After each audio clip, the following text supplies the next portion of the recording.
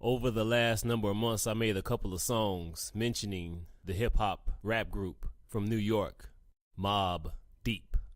And just recently, I made a video called Old School, and I showed this thumbnail of the hip-hop group, Mobb Deep.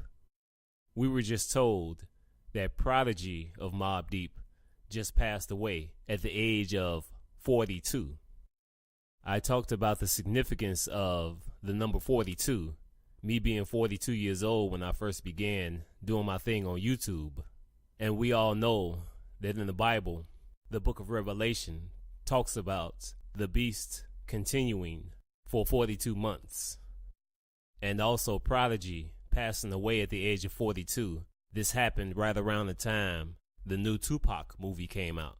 And Prodigy, Mobb Deep, they had a little history with Tupac, but it wasn't on the level of the history between Tupac and Biggie Smalls. The celebrities passing away at a certain age and at certain times is certainly not a coincidence. All of these events are of a spiritual matter because we are living in the end times. Prodigy of Mobb Deep, more than likely he got in too deep, no pun intended, when it comes to this Illuminati crap. Not just because of his passing being mysterious, but he was in the game for a pretty good while. And the longer a celebrity is in the industry, they usually get in too deep with these so-called people.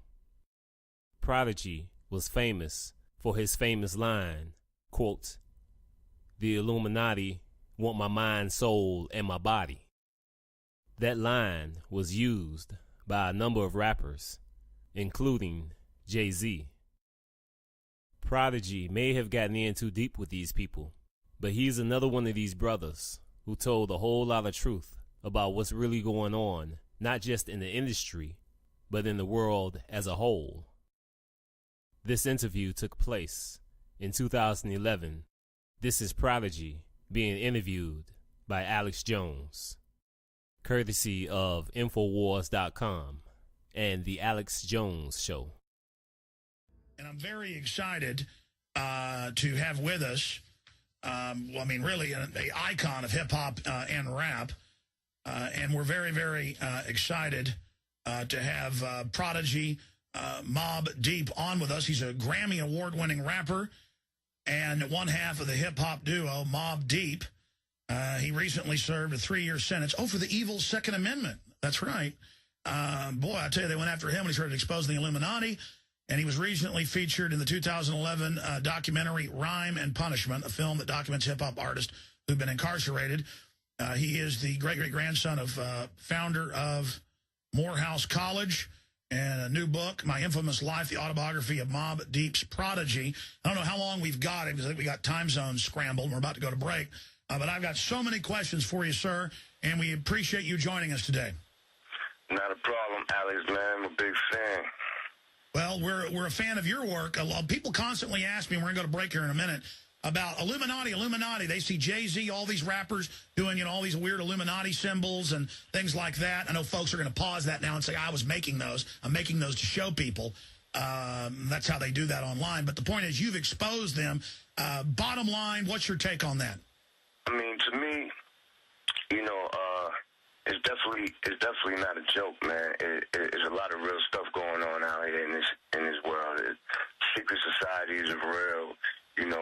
It's definitely very obvious, that they're at work and it's at play in the music industry, in the food industry, politics. Everywhere you turn is everywhere. You just got to read the signs. You know what I mean? The writing on the wall, basically, is all in front of your face. You know what I'm saying? Once people just learn about it and do a little research about it all, they'll be able to see, like, oh, wow, I understand what's going on. You know what I mean? Absolutely. You've got the floor. Lay it out. Break it down. I mean, this reported letter when you were set up and sent to prison for exercising your Second Amendment rights. I mean, did you write this letter? And because it's very poignant, and I agree with much of it. So you got the floor. Yeah. I wrote a lot of letters while I was in there, man. I was doing this thing for Vibe magazine, just writing letters from prison, just expressing myself, and and things I wanted to get off my chest, things that were on my mind, and I wanted to let people know. And I wanted to show them, even though I was inside, locked in a prison, I wanted to show them that I still had no fear in my heart, about speaking my mind and letting people know what time it is. There's no reason for me to fear, because it's really nothing.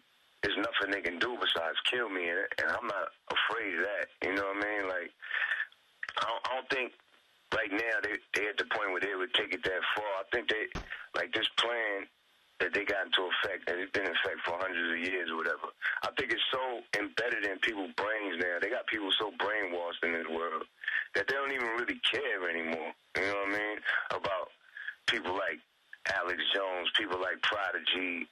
Like, they're like, go ahead and tell the people all you want. We got these people so brainwashed, there's nothing you guys can do about it. That's how they feel. You know what I'm saying?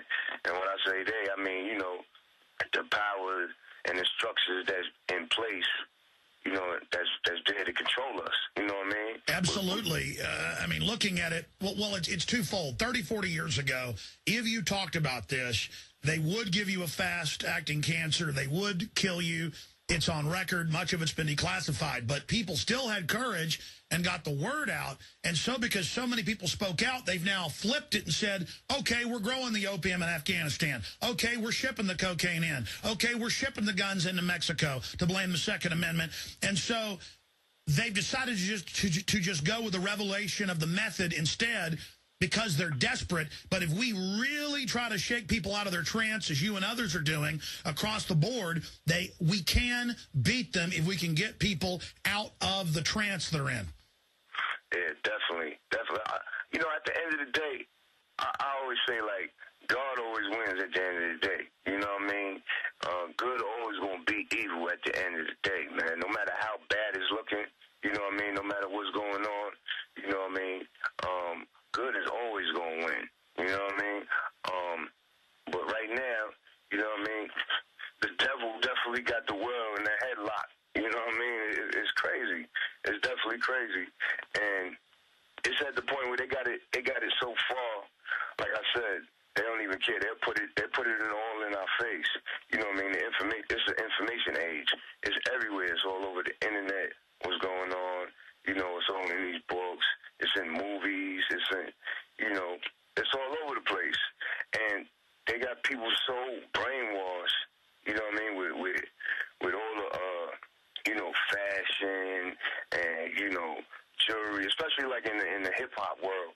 In the hip hop community, in the urban communities where I come from, you know what I mean? They got us so brainwashed with fashion, jewelry, and sex and all this stuff. We don't even care to even think about what's going on. You know what I mean? A lot of the people that I'm around, like, I look at them sometimes, and all they're concerned about is what I just said, like the fashion, the jewelry, the sex, all the stuff that is materialistic and stuff that, like, is not going to do nothing for their soul or their life. Well, you've had it all, and it's not like I've had it all, but, I've had a lot of success, gotten to meet most of the famous people in Hollywood at one time or another, and once you meet them and find out that it's nothing, it's not fulfilling. What is fulfilling is having truth and information and decency and honor.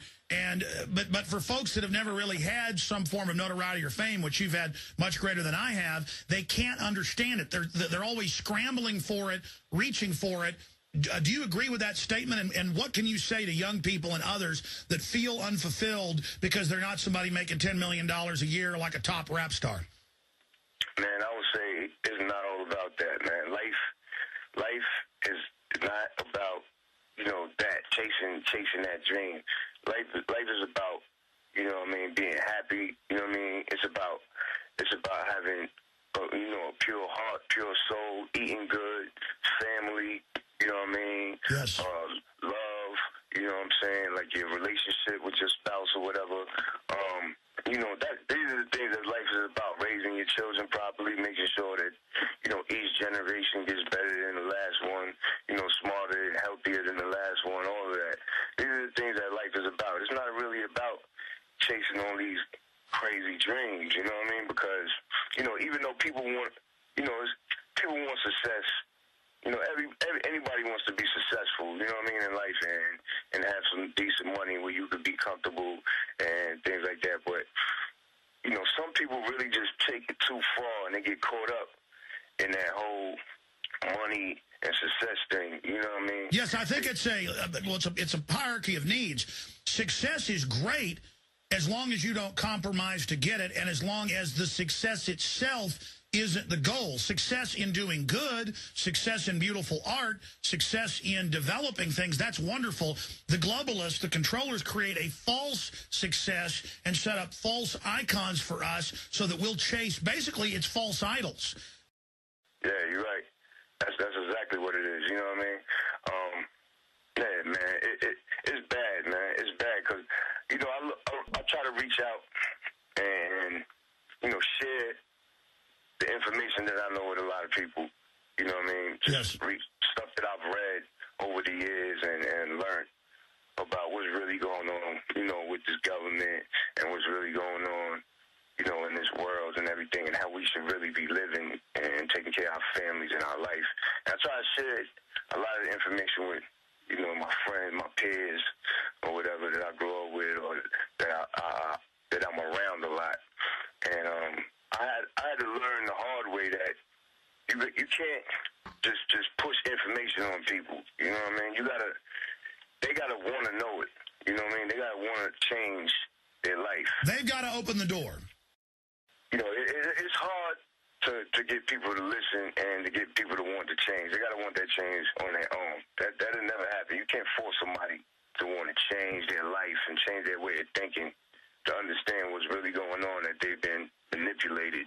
Their parents and their grandparents have been manipulated. You know, it's hard to break somebody out of that spell, you know, and their way of thinking and their belief system. You know what I mean? Because they're in a comfortable space where, you know, it just shatters their whole entire world, like, and their way of thinking. It hurts so much. It's way too comfortable for them to just stay the way they are.